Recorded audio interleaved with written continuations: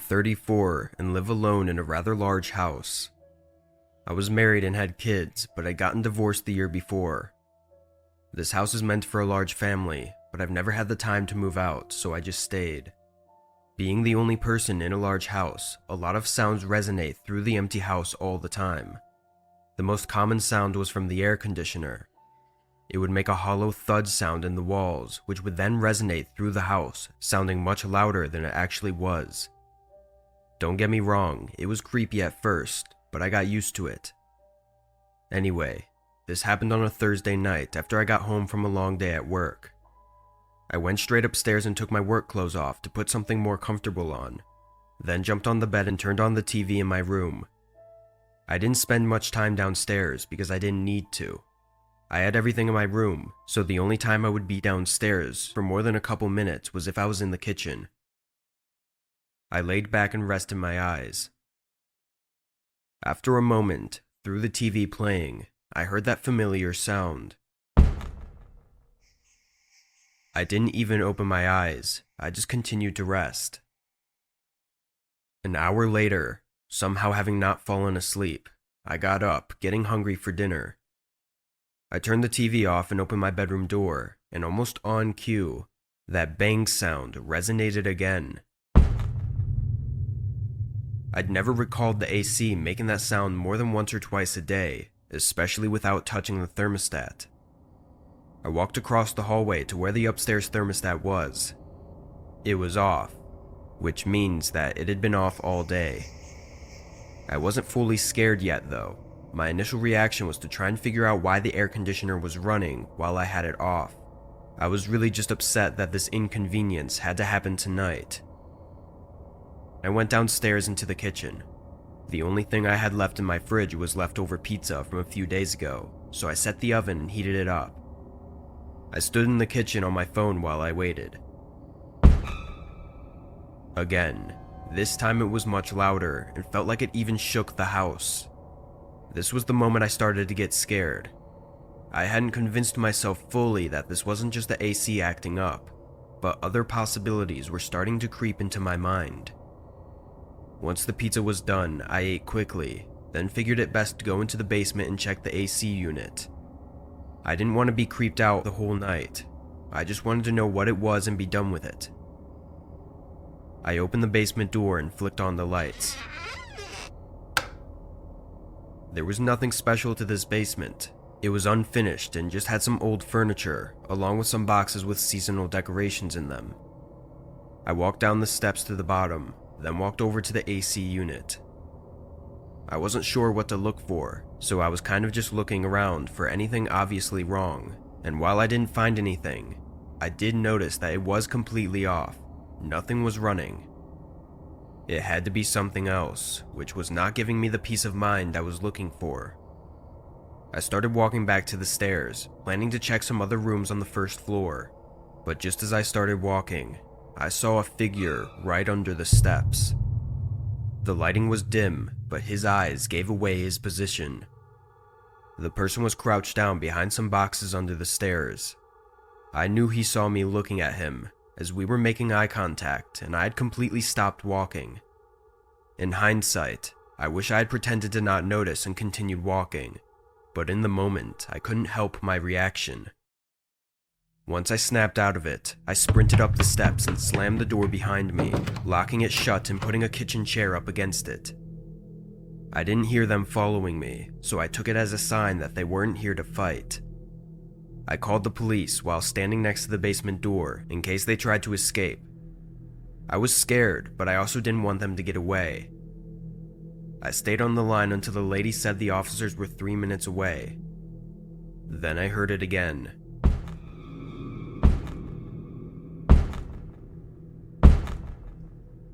The person down there was hitting something. Over and over, heavy blows hitting something solid. It seemed like either the concrete floor or the wall. From the resonance of the hits though, it felt too heavy to not destroy the wall, so I assumed the floor, but I had no idea why. After maybe 20 hits, it went silent. Moments later, officers came to the door. They captured the man downstairs quickly, and he surprisingly looked like a very normal man. Regular clothes, well groomed. Didn't really look like he would be someone to break into a home. The officers brought up 2 tools as well, a thick crowbar and a large hammer. After retaining the man and putting him in the car, one of them brought me into the basement to show me what was going on. In the far corner, opposite of the AC unit, there was rubble and plywood shards all over the ground. I don't know how I didn't notice it. On the wall, though, were huge indents of metal. It was almost unrecognizable, but it was a small, old safe that was built into the wall. The damage that was done to the wall safe looked insane, and I was shocked that it hadn't given in. It's funny though, because there was nothing in it. I do remember the seller mentioning it and giving me a code when we moved in, but I never bothered to stash anything in there. The officer I was talking to said they'd seen it before in a lot of the big homes around the area, as a lot of burglars go straight to the safe and often don't loot anything else in the house. Of everything, the fact that the man looked so normal is what creeped me out the most. Just knowing that literally anyone could be doing things like this is not a comforting thing to think about. I ended up repairing the wall and just covering the safe. I also plan to move out soon and get a smaller house that's easier for me to stay alert in, because this situation could have been a lot worse than it was, and I don't want to take any chances next time.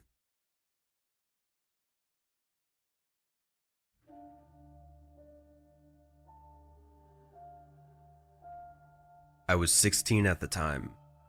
My parents were away on a short vacation to celebrate their 20th anniversary.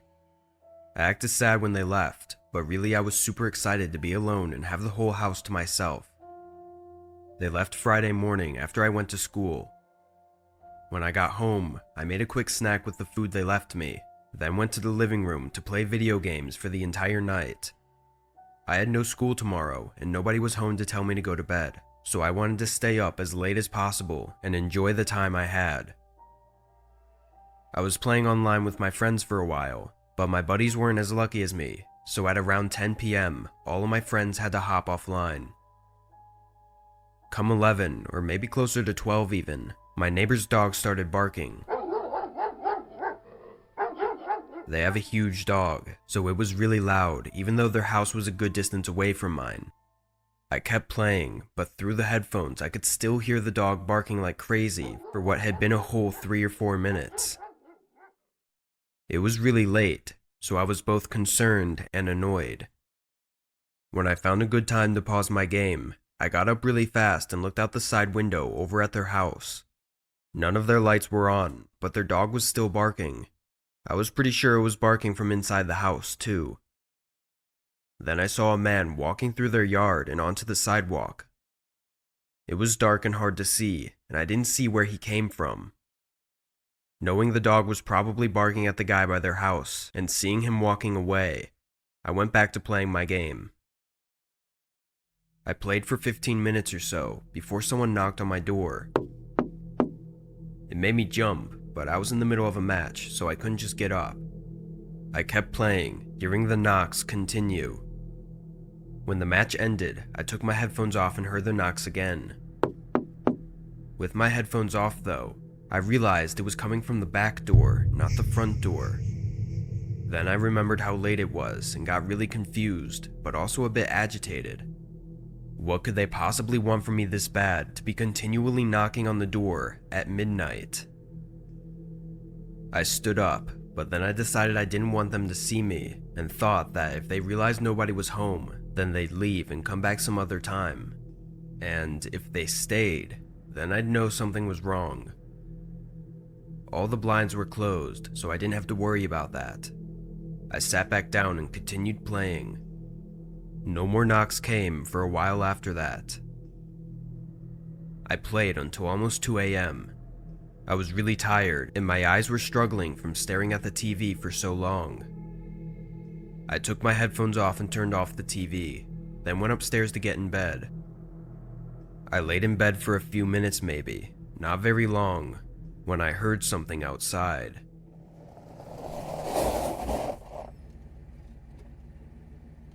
a vehicle coming up our gravel driveway and stopping right in front of the garage.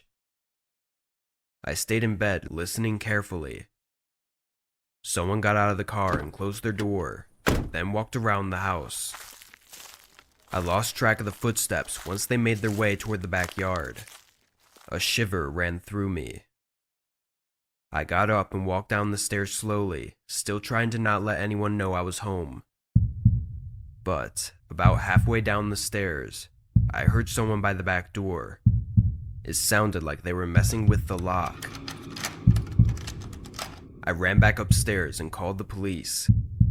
I tried not to sound panicked, probably because I was a stupid 16-year-old and wanted to be cool, but they dispatched some officers to my house and told me to wait for 10 minutes until they arrived. I said okay and hung up the phone, then locked my bedroom door and waited. A minute later, there were a few noises coming from the back door. Then it opened. I heard someone walk in, then go into the living room. It sounded like they were taking things and putting them in a box. They moved quickly through each room downstairs, but after they went through the kitchen, they left, going back outside.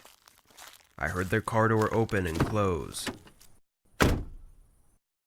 I was relieved for just an instant before I heard footsteps reapproaching the house, coming back inside and into the last room downstairs. I guess they dropped the box off and came back for more. At this point, I was regretting not showing myself because the person downstairs really seemed to think nobody was home. He was making a lot of noise and was confident enough to come in for seconds. I was still sitting in my room, just listening to this horrible event taking place below me, when the footsteps started coming up the stairs. They went straight for my parents' bedroom, which was right next to mine. They were in there for a while, then they came out and went up to my door. The handle shook. Then the footsteps immediately left, back down the stairs and out of the house. The car pulled out and was gone in seconds. My heart was beating rapidly, and I was trying to control my breathing. I thought I was seconds away from having to fight for my life. When the police finally arrived, I told them everything. They called my parents too. After they checked around and finished getting info from me, the officers were confident that the person wasn't coming back now that he knew I was inside the home. Aside from all that, my console was stolen, along with a bunch of other expensive things. So not only was I horrified all week, but I was also left with nothing to do until my parents got home. I'm just happy that whoever was behind that door ran away and didn't try to break inside. Because if he saw me, I don't know what would have happened.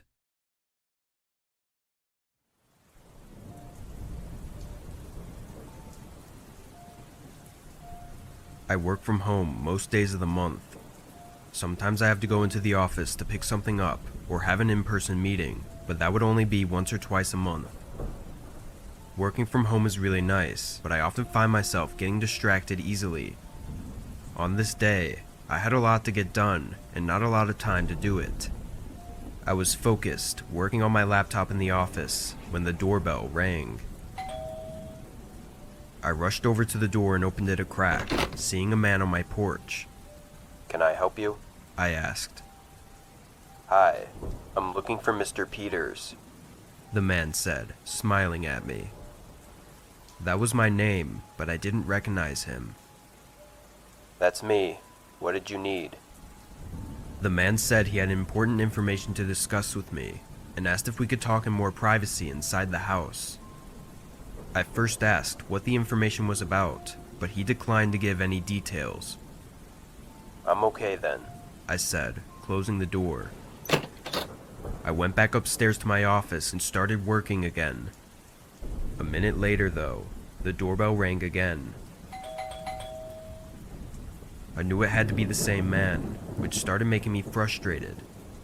I ran back down to the door and opened it, fully prepared to tell the man to leave, but he was already gone.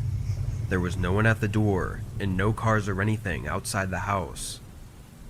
I stuck my head outside and looked around, then closed the door again. The rest of the day went by without any more issues. I finished working, though had to do an hour of overtime. Once it got late, I shut off the TV and went upstairs to shower before bed. I turned on the water and was waiting for it to heat up when the doorbell rang again. I checked my phone, seeing it was 10:30. I wasn't going to open the door, but I wanted to see who it was, so I went back down and looked through the peephole. There was a man on the porch in dark clothing and with a face mask on. Even with the cover-up, I could tell it was the same man from earlier, based on his body shape and the way he was standing. My whole body froze, and I just watched him through the peephole. He rang the doorbell again. I could see he had something big in one of his pockets, either a large knife or a gun. It didn't